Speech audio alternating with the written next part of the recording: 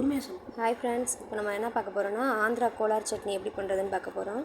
First ஒரு கடாய் வச்சுட்டு தேவையான அளவு எண்ணெய் ஊற்றிட்டு நிலக்கடலை பருப்பு ஒரு ஸ்பூன் போட்டிருக்கேன், கடலப்பருப்பு ஒரு ஸ்பூன் போட்டிருக்கேன். அதை நல்லா வறுத்துக்கணும். முதல்ல நல்லா வறுத்ததை எடுத்து வச்சுட்டு அதுக்கடுத்து பார்த்திங்கன்னா 7 வரமிளகா போட்டிருக்கேன். உங்களுக்கு காரத்துக்கு தேவையான அளவு போட்டுக்கோங்க. 4 வெள்ளைப்பூடு, 10 சின்ன வெங்காயம், 2 தக்காளி எடுத்திருக்கேன்.